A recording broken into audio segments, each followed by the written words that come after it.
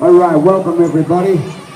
Welcome everybody. Thank you for that wonderful gathering of supporting of everyone here this morning and today. As you are aware, today is our Kur-World gathering. Well, it's like we are here on traditional grounds of the Aboriginal people. You are on Bulmba country. On behalf of the Bulmba country, welcome to the land. It's good to see that we are combining our efforts together to look after this wonderful land and the waters that we have here in the Kuranda area.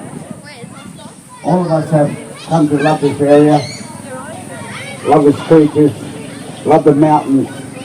We love our insects. We love our butterflies. We love our birds. We love the sounds of nature.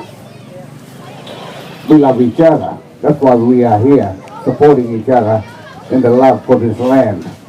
You all share common beliefs like the Aboriginal people. The Jabagai, the Bulwai, the Yiringis, the Jabagandis, as I say, Gungais, all the Aboriginal people, rainforests of these areas. I see a new spirit rising here. The cassowary, Bundara. Here he is. Without cassowary, Bundara, he is our creator of life for us Aboriginal people of the rainforest. So, it is my honour and my duty to speak to you all about the importance of what we are doing here today. Today is more than a gathering about our voices and what we feel is right for this country, not only for this country, but for the future of this place and our children. It's our children who will live and grow here. Now we as adults, when I look around here, we are doing a great job, I feel. Against the odds, tourism has shaped this town. I helped shape this town with tourism, with indigenous tourism back in the 80s. Unfortunately, the signs of indigenous tourism have now fizzled out of sight of Kuranda. You can only find indigenous tourism down the other side of the mountains. But this is the birthplace of it all. I was amongst the people who started this campaign. So it gives me great honour to see that culture is respected by not only a few of our own people, but residents that are moving into our country as well. And the similarity that they share with us in the way of believing in our creatures, our animals, our flora, our fauna, our water, all the things that are very, very important to us. And of course the way that we grow our children up. You can't grow children up like this in this town, anywhere else on the planet, I promise you. We have a very special, unique little space on the planet right here. And if we don't protect it,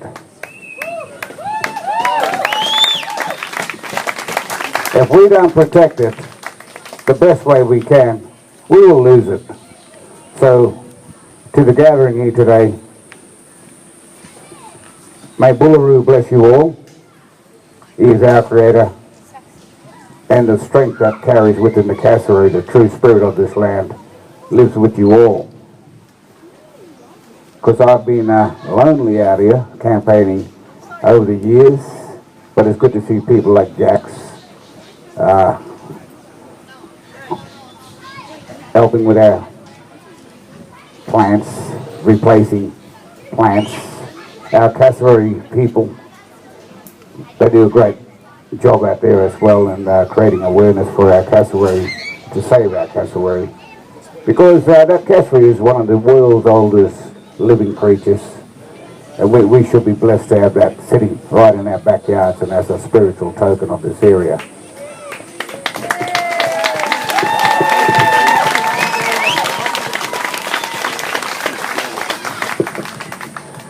So again,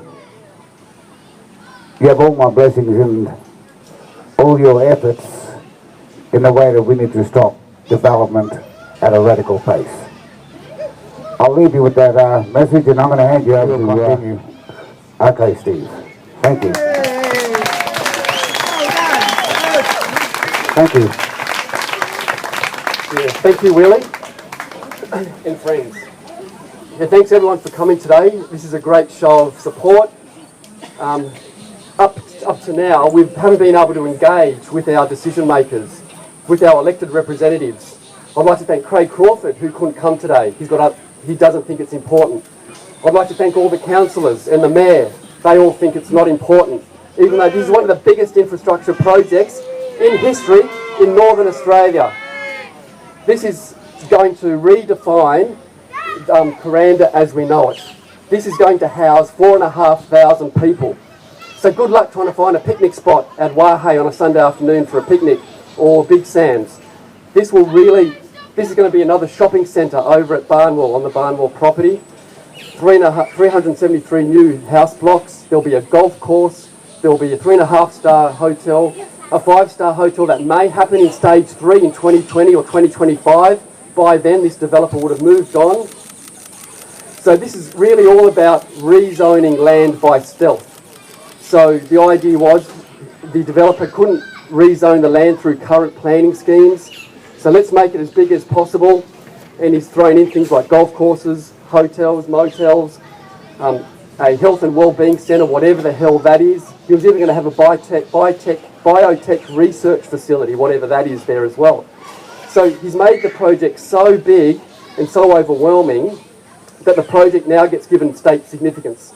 And the Coordinator General, it goes through the Coordinator General process, which again excludes us as local community members to have a part and a role in the decision-making process. So today's been a really good day to show our decision makers that we're not being listened to. We've had enough. We want Craig Crawford to answer his phone and listen to us.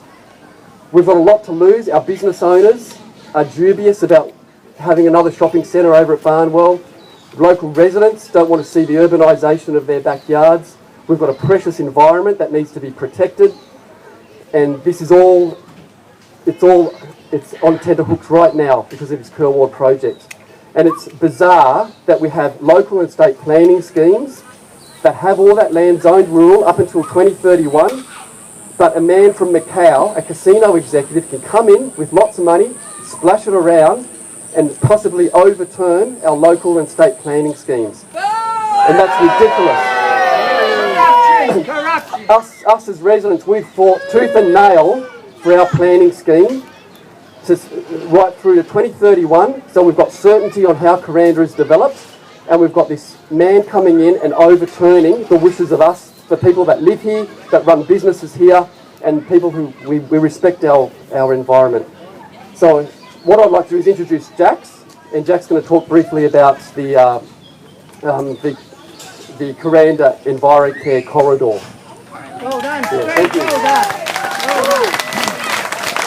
Well done.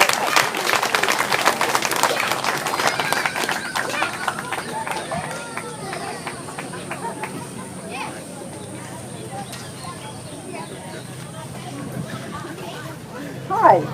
So, talk about stealth. I had no idea I was going to be standing up here talking to you.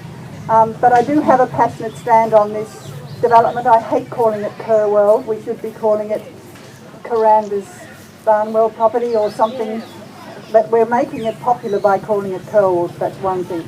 The other thing is, from my point of view, it's not the development that I think is as important as its location. We have the north wet tropics stretching way up there. We have the south tropics stretching down there. And if you look from a great godly height, you see there's a little tiny wasp waste section which is very, very narrow. And in the middle of it, there's this bloody property. You know, there's this Kur-World thing right in the middle of that. If that goes ahead, we then don't have the World Heritage Wet Tropics. We have the northern and southern sections of the World Heritage Wet Tropics. That's what's wrong with this development. So my placard says, leave it rural, so that if we are stuck with what we have with the rural as of right, then that's one thing. We'll have our cattle, and he needs to revegetate the riverbanks and the gullies, and we might have to have cattle, but we don't need a subdivision which would change all the rural residential type of development that we can put up with in places, but not that spot.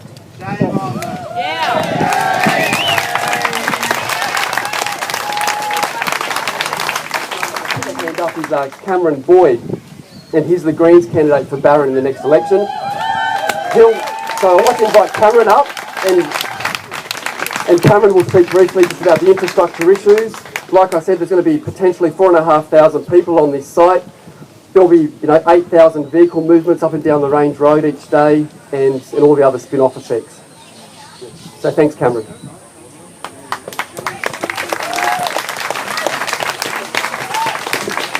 Good morning, everybody. I just wanted to say thank you all very much for turning up. It's great to see such a great crowd here. I first came to Kuranda when I was about 14 years old, and I fell in love with it then. And it really hasn't changed much since then, and we certainly don't want to see it change.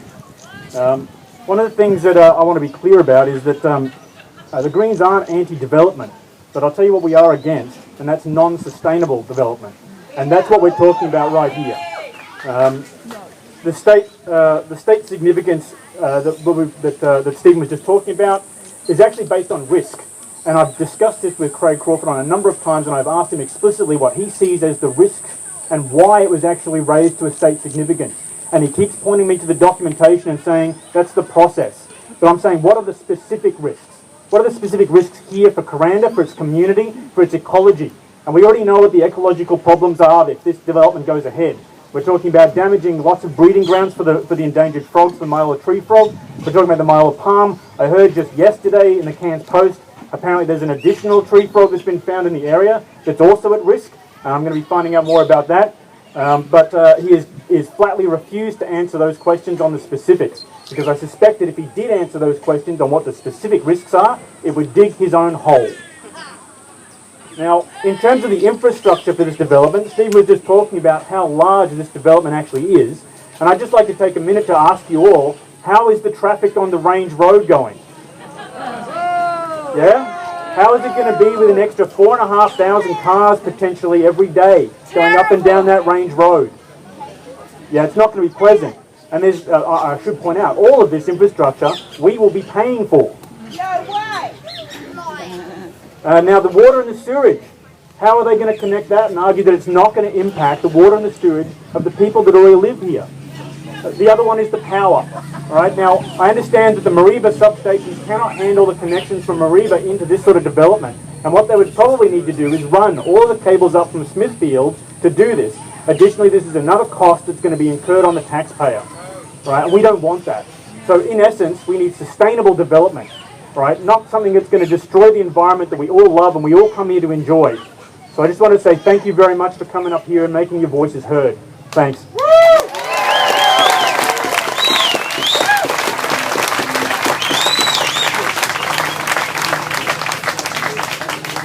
Thank you, Cameron. Just like to invite now Sid Walker. So Sid's the co-founder of Friends of the Earth Kuranda and also a member of the Kuranda Region Planning Group. Thanks, Sid.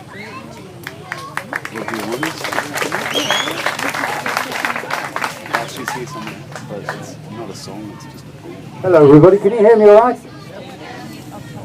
Which one's that?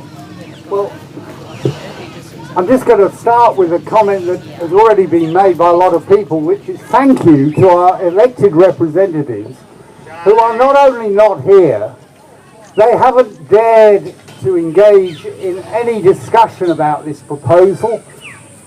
A couple of them, the Mayor and Craig Crawford, our local MP, have made misleading statements and now say they can't make any more. And one of the councillors actually doesn't seem to be opening his email about this. Apparently they're so terrified they don't even open their email. I mean, what is the point of having elected representatives if they're going to have that sort of attitude? We might as well just have a couple of administrators, one appointed by Canberra, one appointed by Brisbane, and we'd save a lot of money and we'd probably get better consultation than we do. But thank you anyway to Cameron for coming. Now, I wanted to say, I was asked actually to speak about planning. That shouldn't take very long, because really, this is an absolute travesty of planning what's going on. We have a couple of planning frameworks that the government should be abiding to. One of them is the regional plan that was published about 10 years ago. And we worked really hard to get it. And now they're basically ignoring it, because if they weren't ignoring it, this proposal wouldn't even be considered. And the other one is the town plan, the Shire plan for Reba Shire. That was only finalised about 2 or 3 weeks before the developer got together with the state government, and they had an announcement that there would be an EIS into the Kur-World proposal. So basically all the planning instruments that we have are being ignored. And, you know, having been around quite a long time now in FNQ, I think we've got the wrong idea about planning. The way that the planning scheme happens at the moment, a developer comes along, it's like a cargo cult. The government duchesses them and says, oh, what do you want to help your development to fly? How can we make this proposal easier for you? Then the community gets a bite at it, and the environment movement's sort of part of that, and we basically are put in this role of being whingers at the end of the process. It's completely arse about tit. We'll never have sustainable development unless we start consulting the community, including the environment movement, first, not last. Then we find out what developments we want. Then government helps facilitate them, and they can help go and find the funding. There's plenty of private money around to go into investments that will work. But what we've got at the moment is completely arse about it, and we don't get much development out of it. We just get a lot of PR people making good money. We get a lot of consultants making good money, but the people who actually need the jobs are not getting the rate of genuine sustainable development that we need. In this particular case, we've got a developer who now, after a few years, is calling this proposal an eco-resort. If you go back and have a look at the history, it seems like he really spent a couple of years not knowing what he wanted to do. And now, obviously, somebody has suggested to him that if he calls it an eco-resort, it's more likely to fly. Well, he has, it would seem, no track record as an eco-developer. He's been in Macau for apparently most of his working life. It's a strange place to ask about sustainable development. It's a strange place to learn the trade of building eco-resorts. I mean, go ask James Packer how he's going with sustainable development in Macau. And I think really we have to draw the conclusion, it's already been drawn by other speakers, that really this is a thinly disguised proposal to take rural property that's been zoned rural, turn it into a massive subdivision, make an absolute mint, and experience in other cases is that very often at the point where the developer gets the approval to subdivide, that's the point at which the development is sold. We may never even see Mr. Lee in a few years' time. We'll just be left with his messy legacy. And I'll end on this note. There are a couple of major changes that did happen up around here, both of which ended up creating lots and lots and lots of jobs, and still are. One of them was declaring the Great Barrier Reef World Heritage, another was declaring the Wet Tropics World Heritage. Neither of those happened by people sitting around in committees discussing, the price of sliced bread. They happened because of people like you mobilising on a massive scale. This is, to paraphrase Margaret Reed, it's really the only thing that does create good, wholesome, positive change. So please stick with it. We have so much that we could be doing in this area, we really do, I think, need to have a proper treaty arrangement with our indigenous people so that we, at least in this part of the world, can lead the way. And I think we shouldn't exclude Chinese investment, Chinese help, Chinese involvement. They have a long history in this area. Probably second to the Aboriginal people, they're the worst treated part of the FNQ community over the last 150 years. By all means, come, bring your money, and let's work together to make this place better. But not what's going on at the moment, which is some bogan proposal, an anti-democratic process, representatives who seem like they've got lockjaw, and the community forced to mobilise on a day like today. We could be having a cyclone, thank heavens we're not, but really it should not be down to us to say no all the time. It should be to the government to say, what do you want here? And there's lots that we do want. Thank you.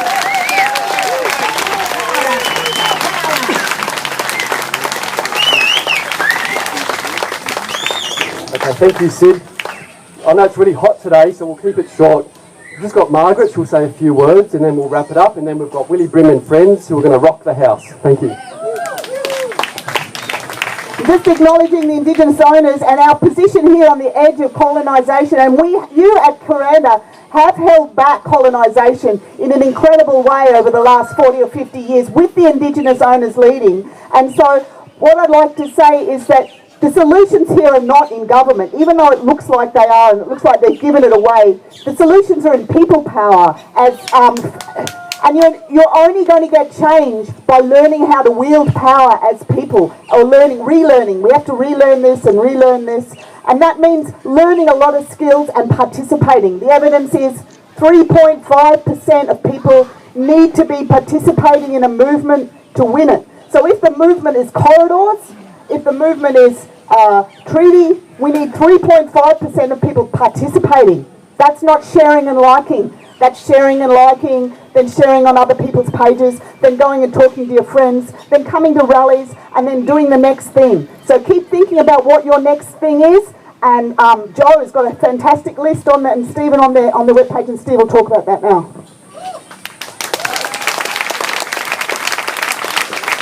Thanks, Margaret. So what's the next step? The next step is go over to the table, sign a petition, grab a postcard, send it off to the Minister for Environment.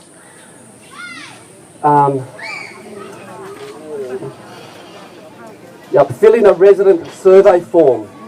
Engage with the local community. Talk to neighbours. Talk to friends. There's still an enormous amount of people in this local community that don't know what Kur-World is. They have no idea. We need to talk to people in Cairns. We need to talk to people in Kuranda, in Myola. We need people to know what this issue is. It is not an eco-resort. It is a 4,500 people subdivision. And once we get that word out, we'll start seeing more and more people coming on board.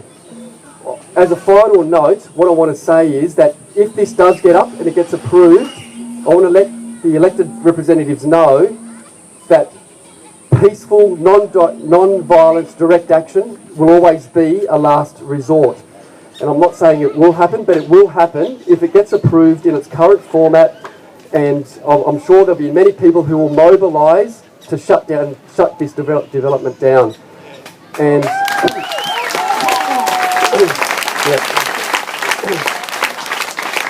this isn't the first time we've risen. The Kuranda people have risen against inappropriate developments. We've done it before, we'll do it again, and we'll beat this. And if it means mobilising peaceful, non-violent direct action, so be it. So I just want Ken Lee to know that. I want elected representatives to know that. So if they do approve this, they're in for a long, long fight. So thank you. Zach's going to just read a poem for us. Thank you.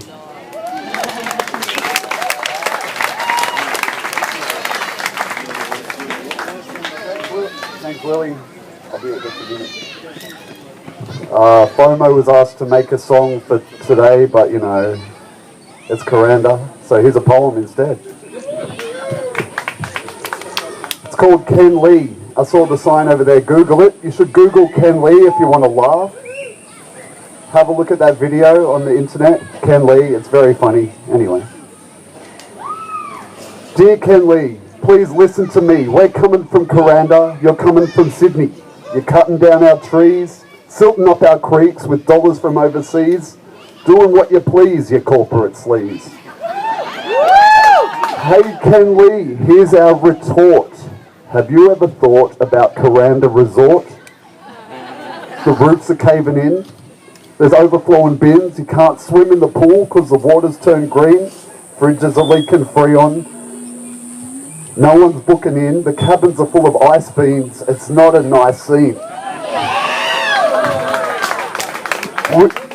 We get what you're saying, the dollars that you're paying, but when it's all said and done, you're leaving and we're staying. So listen to the people, we're speaking loud and clear, take your fucking Kur-World and stick it in your ear. It's unrealistic, it's over-optimistic with inaccurate statistics and ridiculous logistics. It's based on errata and misleading data. Just try a little harder and think a little smarter. We live in the rainforest.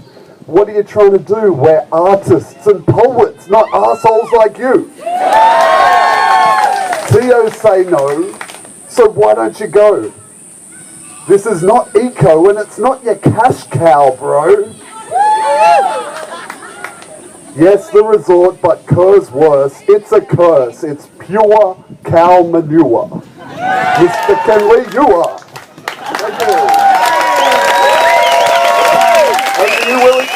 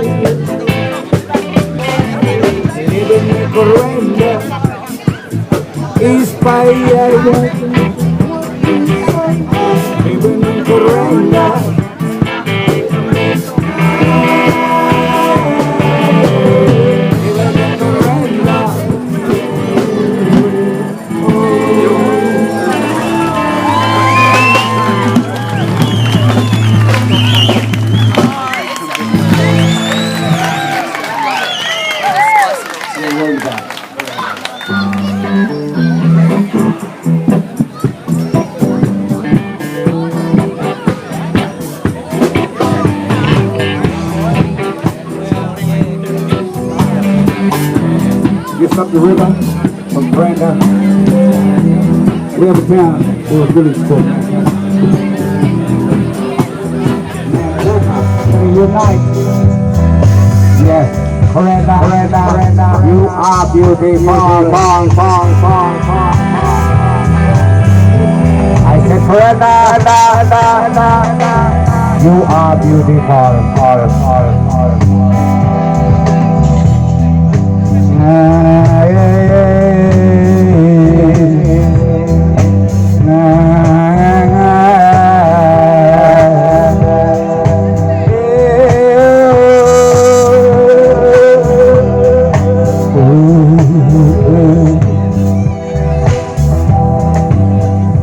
We'd like to thank the organizers for inviting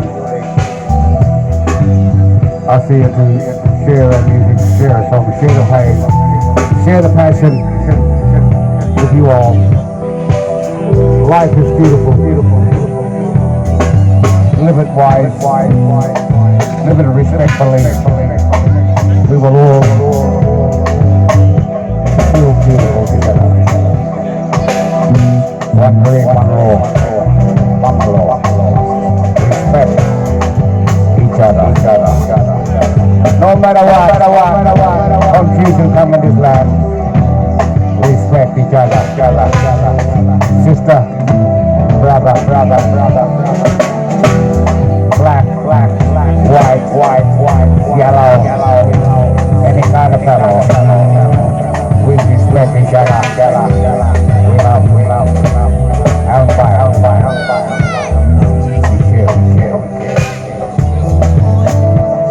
from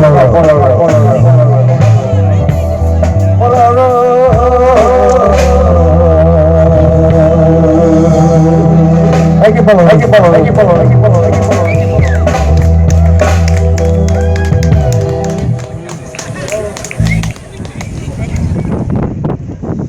Testing. Thank you.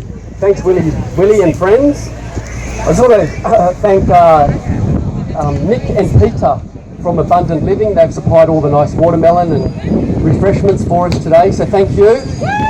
Yep. And yeah, thanks once again for coming along and showing your support for this cause. Thank you.